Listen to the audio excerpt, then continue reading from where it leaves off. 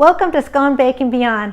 Hi, I'm Kathy, and I enjoy making scones, muffins, cookies, and all sorts of delicious baked goodies. I love going to our local farmers market, and right now, rhubarb and strawberries are in season. So today, I'm going to share with you my recipe for strawberry-rhubarb muffins. These delicious muffins are just loaded with strawberries and rhubarb. They are a great way to start your day. So, let's bake.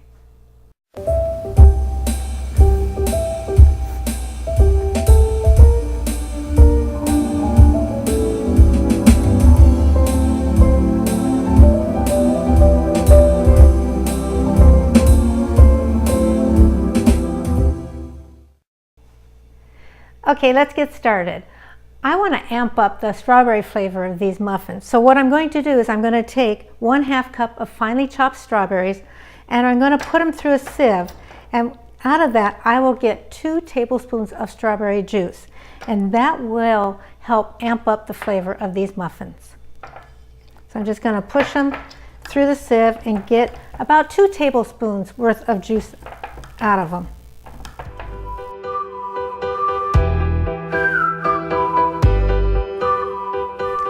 Okay, that looks good. I have about 2 tablespoons, and I want to scrape off all this wonderful juice off the bottom of the sieve and get that in there too. There we go.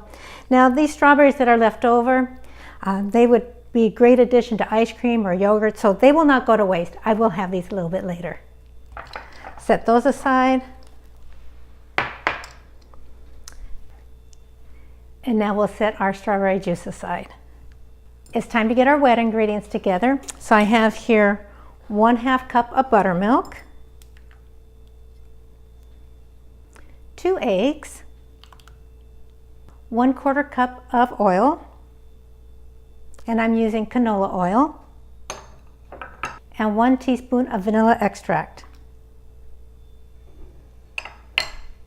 And to that we will add the 2 tablespoons of strawberry juice that we just made. Now we whisk these together. And so now it's time to add 3/4 cups of brown sugar. And when you measure your brown sugar, be sure to pack it in your measuring cup. We're going to whisk that in. And now we're going to set it aside. Okay, now that our wet ingredients are done, it's time to get our dry ingredients together. So I have here 1 cup of flour, and that's all-purpose flour. And then I have here 2/3 cup of whole wheat pastry flour. I like adding a little whole wheat flour to all my baked goods, but I use whole wheat pastry flour because it's lighter in texture. So this is 2/3 cup of whole wheat pastry flour, 3/4 teaspoon of baking powder, 1/2 teaspoon of baking soda, and 1/4 teaspoon of salt. We're going to whisk that together.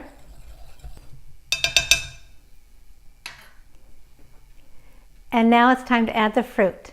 I have here 1 cup of chopped rhubarb, and I chopped it about 1/2-inch pieces. I'll put that in. And I have here 1/2 cup of chopped strawberries, and they're about 1/2-inch pieces also. In there. And 1/3 cup of toasted walnuts. We're going to mix that in. And the reason why you put your fruit in now is because you want to get it coated by the flour. And that helps the fruit from sinking to the bottom of your muffins. So get that fruit and the nuts all covered with the flour mixture. There we go. And now we're going to add the wet ingredients to our dry ingredients. And when you make muffins, you always want to add your wet ingredients to your dry ingredients. I'll pour that in. And we just want to mix it until it just comes together. You don't want to overmix your muffins. It's okay if it looks a little lumpy.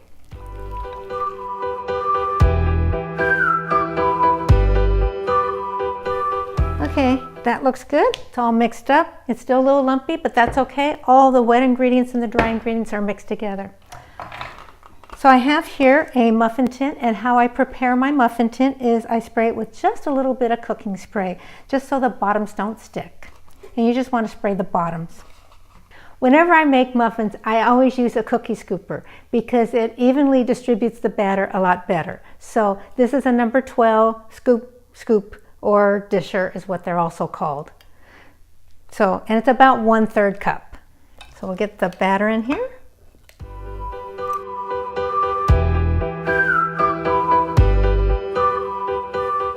There we go, there's the last one. So I'm not done with these yet. I want to up the rhubarb flavor just a little bit and give it a little crunchy top. To make our crunchy top, I have here 1 teaspoon of butter. And to that, I'm going to add 2 tablespoons of turbinado sugar. This is very coarse sugar, and that'll give it a nice crunchy top. And to that, I'm going to add 2 tablespoons of very finely diced rhubarb.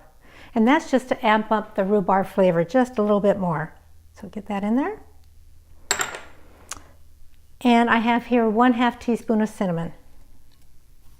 I'm just going to mix all this together.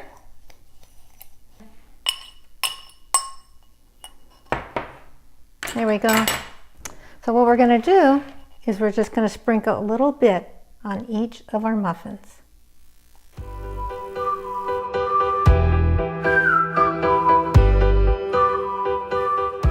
There we go. Don't those look wonderful? I preheated my oven to 400 degrees and we're going to bake these for 18 to 20 minutes. Okay, it's been 18 minutes and they're done and they smell wonderful. We're going to let these cool down for about 5 minutes. So it's been 5 minutes, and what I do with my muffins here is I release them from the sides and I just kind of release the bottom and let all that steam out, and that helps prevent soggy bottoms on your muffins. So I just let out the steam. So I'm just going to go around each one of these. The pan's still hot. So I'm just going to go around each one of these and loosen it up and just kind of lift it up and let that steam out. Okay, they've cooled completely, so now it's time to try one. They look so wonderful. You can see the rhubarb crunchy top on there. I'm going to open it up so we can see the fruit inside. Look at that. You get fruit all around these muffins. It just didn't sink to the bottom. So now it's time to take a bite. You get the sweetness of the strawberries with that tart rhubarb. What a wonderful combination. And then that crunchy top on top. These are so delicious. For the complete recipe, please go to my website, sconebaking.com, and there is a link below. If you like this video, please give it a thumbs up and please subscribe for future videos. I hope this inspires you to bake. Thank you for watching.